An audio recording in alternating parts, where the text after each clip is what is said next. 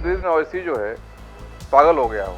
महाराष्ट्र में अवैसी घूम नहीं सकते कि अवैसी जैसे पागल लोगों को ज़्यादा गंभीरता से न लें। अवैसी जिंदा की भाषा बोलते हैं, तोड़ने की भाषा बोलते हैं। कांग्रेस का कार्यकर्ता भी ठगा हुआ महसूस करता है। उसको लगता है अगर मैं कांग्रेस में काम कर रहा हूँ तो गांधी परिवार को उड़ा रहा हूँ। टुकड़े टुकड़े गैंग के अलग अलग रूप हैं। माननीय मोदी जी ने सबसे बड़ा फायदा अगर किसी को किया है, आज तक किसी ने किसान की सोची नहीं। माननीय मोदी जी ने जो किसान सम्मान योजना निकाली, सबके खाते में पैसे जा रहे हैं। मैं यहाँ के कार्यकर्ताओं को नमन करता हूँ। जहाँ भी चुनाव होता है योग्यता के आधार पर टिकट बांटा जाता है और हमको भारतीय जनता पार्टी का डर दिखाकर फिर बार बार हमसे वोट लेते थे, वो अब काम नहीं आने वाला। हमारे साथ भाजपा अल्पसंख्यक मोर्चे के राष्ट्रीय अध्यक्ष जमाल सिद्दीकी मौजूद हैं, उत्तराखंड दौरे पर हैं। उनसे बात करेंगे क्या कुछ प्लान लेकर चल रहे हैं। 5 राज्यों में चुनाव भी होने हैं और हर राज्य में उनका जाना हो रहा है। जमाल जी, आपका स्वागत है जय भारत टीवी में। उत्तराखंड दौरे पर आए हैं और तमाम मुलाकातें भी करेंगे और कहाँ कहाँ जाने वाले हैं, क्या प्लान लेकर चल रहे हैं। राष्ट्रीय अध्यक्ष बनने के बाद मुझे प्रथम बार इस देवभूमि में आने का अवसर मिला है। मैं यहाँ के कार्यकर्ताओं को नमन करता हूँ और इनके जोश को जो मैंने देखा, इसको पूरे देश में ले जाने की कोशिश करूँगा। ये मेरी सदिच्छा भेंट है। अध्यक्ष बनने के बाद मैं सभी जगह जा रहा हूँ, अपने साथियों से मिल रहा हूँ, उनकी जो बातें हैं उनको सुन रहा हूँ और किस प्रकार से एक परिवर्तन होना चाहिए उसको भी मैं समझ रहा हूँ और उसको जो हमारी केंद्रीय नेतृत्व है उसके समक्ष रखता भी हूँ।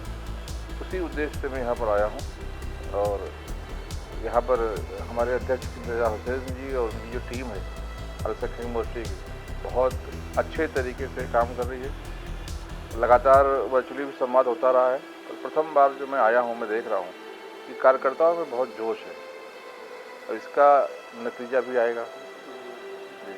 उत्तराखंड में 2022 में अगले साल चुनाव होने हैं। एक मुस्लिम बड़ी आबादी भी है, कई सीटों में दखल रखती है, मुस्लिम बाहुल्य क्षेत्र भी है।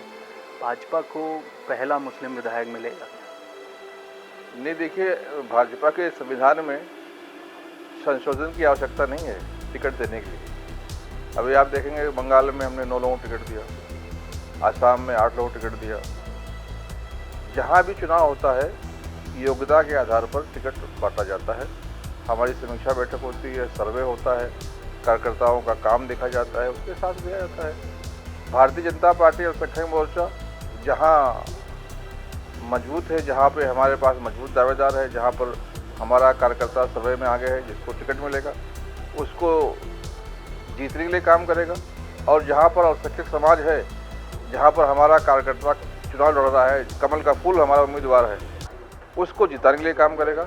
पर मेरा ऐसा मानना है कि इस बार जो 5 राज्यों में चुनाव हो रहे हैं, उत्तर प्रदेश, उत्तराखंड, पंजाब, मणिपुर, गोवा, इन राज्यों में अब हमारे वोट बटेंगे नहीं। जो हमें वोट बैंक के रूप में इस्तेमाल करते थे, जो हमको वोट बैंक समझते थे और हमारे वोटों के बदौलत पंचायत से पार्लियामेंट तक जाते थे और हमारी उपेक्षा करते थे और हमको भारतीय जनता पार्टी का डर दिखाकर फिर बार बार हमसे वोट लेते थे, वो अब काम नहीं आने वाला। अब कार्यकर्ता समझ गया है असली क्या है, नकली क्या है, हमारा हितैषी कौन है। माननीय मोदी जी का जो नेतृत्व है, माननीय मोदी जी का जो नारा है, सबका साथ, सबका विकास, सबका विश्वास, अभी तो सबका प्रयास भी उन्होंने जोड़ दिया है। तो वो प्रयास तो ज़रूर अब होगा कि अब हम वोट बटने न दें और जो हमें मदद किया है यहाँ पर जो भारतीय जनता पार्टी की सरकार है, इस प्रकार से कोविड में मदद की है, ख़ास तौर से उत्तराखंड के हमारे भारतीय जनता पार्टी कार्यकर्ताओं ने, विशेष रूप से अल्पसंख्यक मोर्चे कार्यकर्ताओं ने जो मेहनत किया है, जान की बाजी लगाकर, कई कार्यकर्ता हमारे शहीद हो गए। ये लोग आज जो लड़ाने की बात करने वाले लोग थे, जो कांग्रेस और बाकी जो पार्टियां हैं जो मुसलमानों को अपना वोट बैंक समझते थे, वो तो क्वारंटाइन हो गए थे। काम तो हमने किया है, हमारे साथियों ने किया है, जान हथेली पे लेकर सेवा की है। तो इसका ज़रूर हमें प्रसाद मिलेगा और प्रतिसाद के रूप में ज़रूर इस बार मुझे लगता है कि हमें टिकट भी मिलेगा, हम जीतेंगे भी और फिर से हमारी सरकार यहाँ बनेगी। असदुद्दीन ओवैसी ने ऐलान किया है कि वो भी उत्तराखंड में आएंगे और 40 सीटों में चुनाव लड़ने वाले हैं जहां मुस्लिम बाहुल्य। कैसे ले? असदुद्दीन ओवैसी जो है पागल हो गया हो। मैं ये शब्द बहुत समझदारी से बोल रहा हूँ, क्योंकि उसके दादा ने पार्टी बनाई थी। हैदराबाद में एक सांसद थे वो, फिर उनके पिताजी ने कोशिश किया, फिर वो कोशिश कर रहे, 2 सांसद नहीं बन पाए।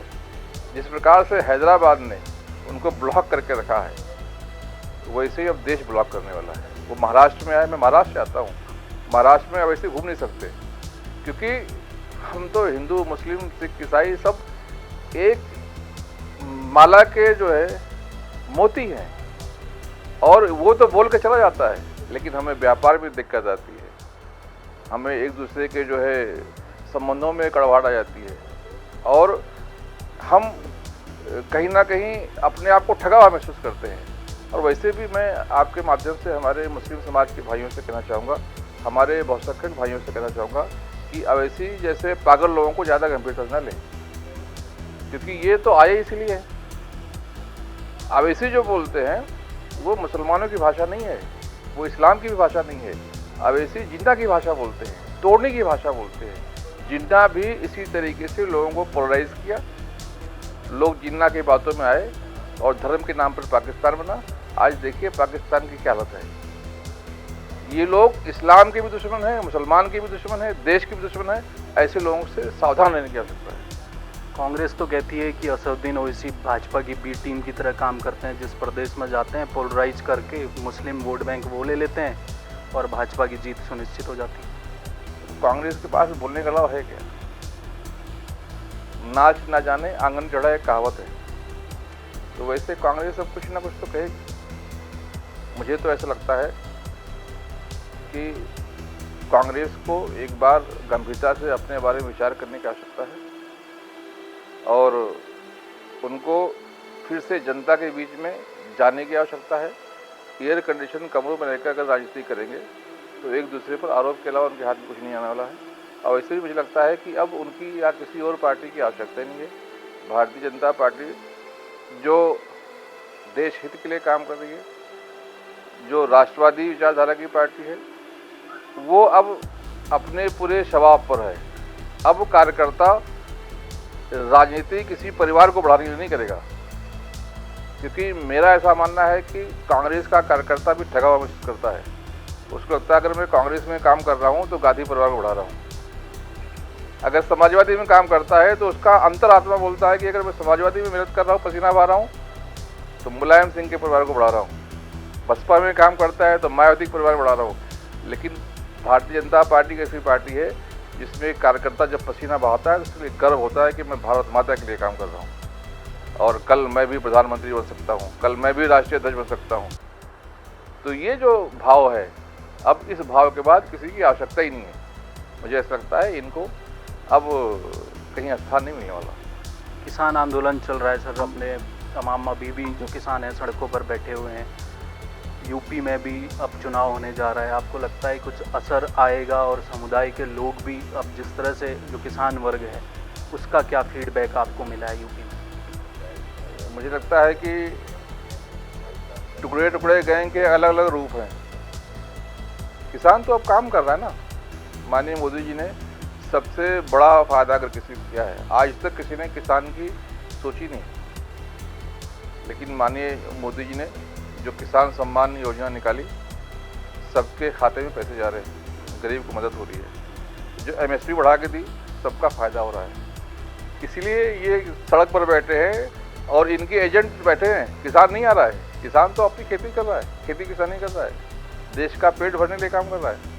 मुझे लगता है कि ये लोग अपनी फ़ायदे के लिए, अपनी राजनीति के लिए देश को तोड़ना चाहते हैं, और ये बात अब जनता के समझ में आ गई है। जनता ने माननीय मोदी जी को कैसे ताकत देकर समर्थन के साथ भेजा है, उसकी ताकत और समर्थन से आज भी खड़ी हुई है। और ये टुकड़े टुकड़े गए, वो कामयाब नहीं होने वाले किसी भी रूप में आए। ये बहरूपीय हैं, ये रूप बदल बदल कर आते हैं। ये भारतीय जनता पार्टी को कमज़ोर करने के लिए काम नहीं कर रहे हैं, ये देश को कमज़ोर करने के लिए काम कर रहे हैं। क्योंकि आज मोदी जी के नेतृत्व के रूप में जो एक नेता हमें मिला है, वो देश नहीं पूरी दुनिया को नेतृत्व देने की क्षमता रखता है। और मुझे लगता है कि देश को इस बात को समझ में आना चाहिए, और समझ भी रहा है कि माननीय मोदी जी के हाथ को मजबूत करें, इन टुकड़े टुकड़े गैंग के कहने में ना आए और एक ऐसा हमारे पास महापुरुष मिला है जो दुनिया को नेतृत्व देगा। इसके लिए हमें यकीन है पूरा कि ये कभी कामयाब नहीं होने वाले। आखिरी सवाल मेरा, यूपी और उत्तराखंड में इस बार जो चुनाव हो रहा है, कितने अल्पसंख्यकों को आप टिकट की पैरवी करने वाले हैं? क्या आंकड़ा बढ़ेगा यूपी में, उत्तराखंड में? हमारे यहाँ जो पहचान है भाई साहब वो कार्यकर्ता है और हमारा जो उम्मीदवार है वो कमल का फूल है। तो इसमें लगता है मुझे कि हम इसको सेपरेट नहीं कर सकते। जो कार्यकर्ता मजबूत होगा, जिसके आगे समर्थन आएगा, जिसके लिए जो है जो सर्वे होगा, नाम आएगा, उसको उसके हाथ में कमल फूल जाएगा, हम उसके साथ खड़े रहेंगे। जीतने वाले को टिकट मिलेगा, किसी भी धर्म का हो, किसी भी भाषा का हो, किसी भी समुदाय का हो, जीतने वाले। हमारे यहाँ दूसरा परिचय नहीं है, कार्यकर्ता। चलिए, हमसे बातचीत के लिए आपका थैंक यू। तो ये थे भाजपा के अल्पसंख्यक मोर्चे के राष्ट्रीय अध्यक्ष जमाल सिद्दीकी, जिन्होंने बेबाक बात अपनी रखी है। खासकर उत्तराखंड में जिस तरह से असदुद्दीन ओवैसी की एंट्री हुई है, उन्होंने कहा है कि 40 सीटों पर चुनाव लड़ेगी पार्टी, उन्हें भी जवाब दिया है और उन्होंने तो एक तरह से उन्हें पागल करार दिया है। और जो कांग्रेस लगातार आरोप लगाती है कि असदुद्दीन ओवैसी बी टीम के रूप में भाजपा के लिए काम करते हैं, उसको भी नकारा है और ये कहा है कि इस बार यूपी, उत्तराखंड, तमाम 5 राज्यों में जो चुनाव हो रहे हैं, कमल का फूल सामने होगा। जो भी लोग जिताऊ होंगे उन्हें टिकट मिलेगा, उन्हें जाति, धर्म, किसी के बंधन से नहीं बांधा जा सकता। कैमरामैन प्रदीप के साथ हेमभट्ट, जय भारत।